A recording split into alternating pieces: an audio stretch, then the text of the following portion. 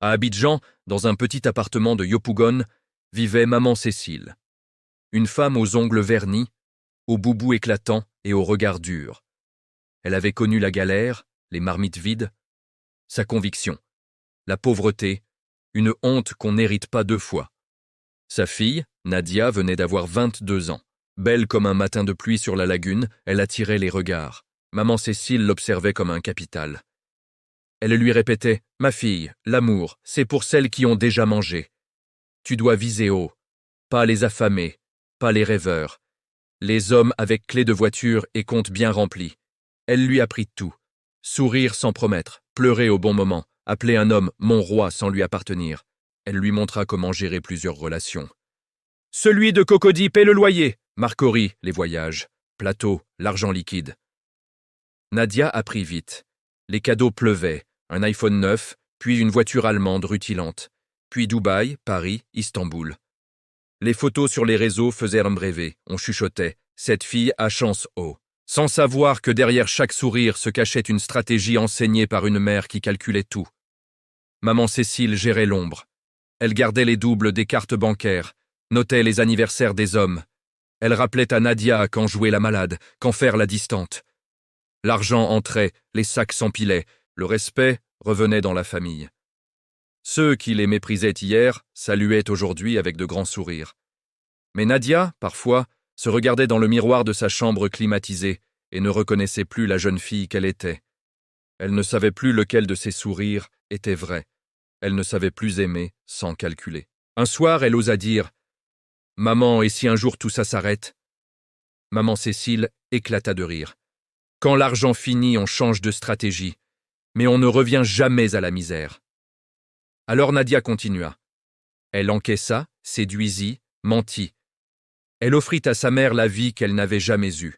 Mais chaque nuit, sous les draps en soie, une question la hantait. Quand on a tout gagné par le cœur des autres, qu'est-ce qu'il reste quand ce cœur se vide? La suite ne tarda pas à prendre une couleur plus sombre. Nadia était devenue une marque, présente dans les boîtes huppées de zone 4. Le danger entra dans leur vie avec Armand, un homme discret, très riche. Maman Cécile fut séduite, mais Armand n'aimait pas être pris pour un idiot. Il enquêta. La tempête fut silencieuse, mais violente.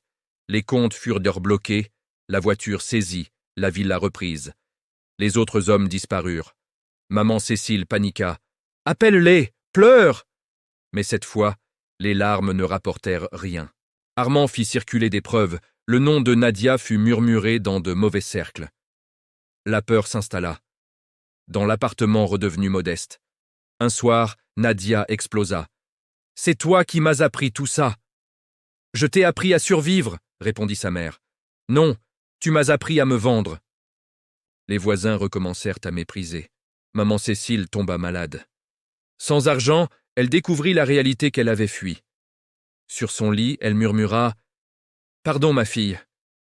Je voulais juste que tu ne souffres pas comme moi. » Nadia comprit alors la leçon la plus cruelle. L'argent facile disparaît toujours plus vite que la dignité perdue. La rédemption arriva lentement, par le travail dur. Nadia vendit ses derniers sacs de luxe pour payer les médicaments. Tanti Awa, une voisine, lui offrit de l'aider à sa cantine. Nadia accepta. Servir de l'attiéké et du poisson braisé sous les rires de ceux qui la reconnaissaient fut humiliant. Mais chaque jour, elle apprenait à gagner un argent propre. Quand maman Cécile mourut, Nadia fit son deuil sans colère. Elle suivit une formation en gestion et ouvrit sa propre gargote. Rien de luxueux, mais sérieux. Elle disait aux jeunes filles « L'argent facile te coûte toujours plus cher que tu ne crois. » À Abidjan, Nadia ne brilla plus comme avant. Mais elle tenait debout.